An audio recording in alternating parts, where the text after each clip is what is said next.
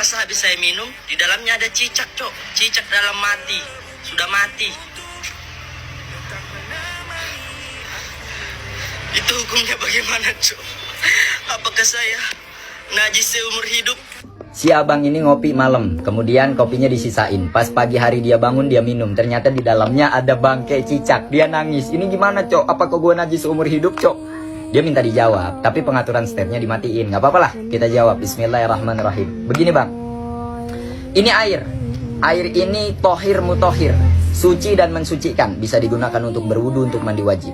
Kemudian ketika dicampur kopi, air yang tohir mutohir, suci dan mensucikan tinggal menjadi suci. Boleh dikonsumsi, boleh diminum, tapi tidak bisa mensucikan. Jadi air yang sudah tagoyur ini tidak bisa mensucikan, kecuali nanti tagoyurnya takdiri, oleh karena sebab dirinya sendiri. Ini pembahasannya fikih panjang nanti. Kita bahas tentang hukum kopi tercampur bangkai atau kejatuhan hewan.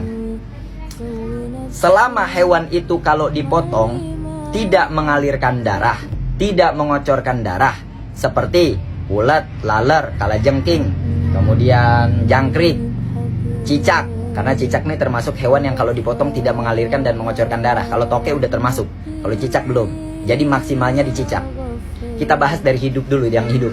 Kita lagi ngopi, tiba-tiba kejatuhan laler, lalernya mati.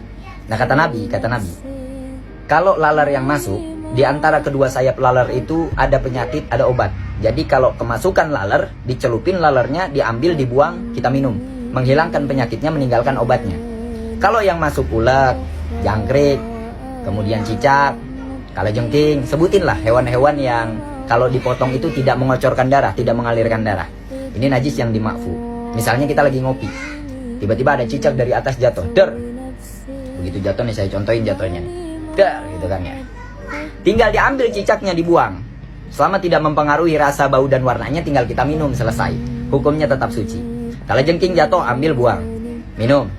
Jangkrik jatuh, ambil, buang, minum. Nah, permasalahannya, titik permasalahannya kan bangkai cicak yang ada di dalam kopi. Ini dua pembahasannya. Pertama, kalau kita nggak tahu pada awalnya di dalamnya ada bangkai cicak, mau itu merubah rasa, bau, dan warnanya ataupun tidak, selama kita nggak tahu pada awalnya, kita minum, itu diberi ruksoh oleh agama. Itu najis yang dimakfu. Jadi kita nggak dapat dosa, ya nggak apa-apa, minum aja, karena kita nggak tahu. Seandainya kita tahu bahwa di dalam kopi ini ada cicak, der. Ini cicak jatuhnya baru 2 menit, tapi bangkai. Cicak ini tidak merubah rasanya, baunya, dan warnanya. Maka tinggal kita buang bangkainya, kita minum lagi, selesai. Tapi kalau cicak ini udah 2 jam, 3 jam, 4 jam, 5 jam, sekiranya bangkai cicak itu mempengaruhi rasa, warna, dan baunya, maka hukumnya air kopi ini jadi najis, tidak boleh untuk dikonsumsi kalau merubah rasa, bau, dan warna. Ini berbeda dengan kotoran. Jadi udah ya, final ya. Artinya kalau kita nggak tahu, diminum nggak dapat dosa dan nggak apa-apa. Jadi lu jangan nangis, Bang. Tapi kalau kita tahu ada bangkainya, sekiranya merubah rasa, bau, dan warnanya, atau kita ikhtiyat, berhati-hati, khawatir merubah rasa, bau, dan warna, mending jangan diminum. Ya, karena hukumnya najis dan tidak diperbolehkan untuk dikonsumsi. Ini kan bangkai yang dimakfu oleh agama. Jadi bangkai yang seumpamanya dipotong tidak mengucurkan dan mengalirkan darah.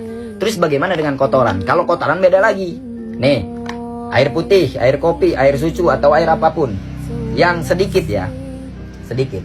Kemudian kemasukan kotoran cicak, tai cicak lah, masuk, dar. Udah, ini jadi najis. Udah nggak bisa kita minum lagi, karena kotoran sifatnya. Jangankan sedikit, kalau kopi ada 2 galon, kemudian kemasukan tai cicak, selesai perkara, najis. Kecuali kalau agar-agar itu tinggal dibuang bagian yang terkena kotoran cicak tadi, karena apa namanya, dia padat. Kalau cair, air yang bukan air putih, apalagi sedikit maupun banyak, selama dia tagoyur, berubah warnanya jadi kopi, jadi susu, kemasukan tai cicak, udah selesai, udah najis. Nah ini buat ibu-ibu juga sedikit saran, kalau minyak habis digoreng mau dipakai lagi, tolong ditutup. Karena kalau minyak habis digoreng itu kemasukan kotoran cicak, nah ini nggak bisa lagi dipakai. Apalagi kemasukan bangkai yang mempengaruhi rasa, bau, dan warna dari si minyak tadi. Wallahu a'lam bishawab. Mudah-mudahan bermanfaat, bro. Jangan nangis lagi.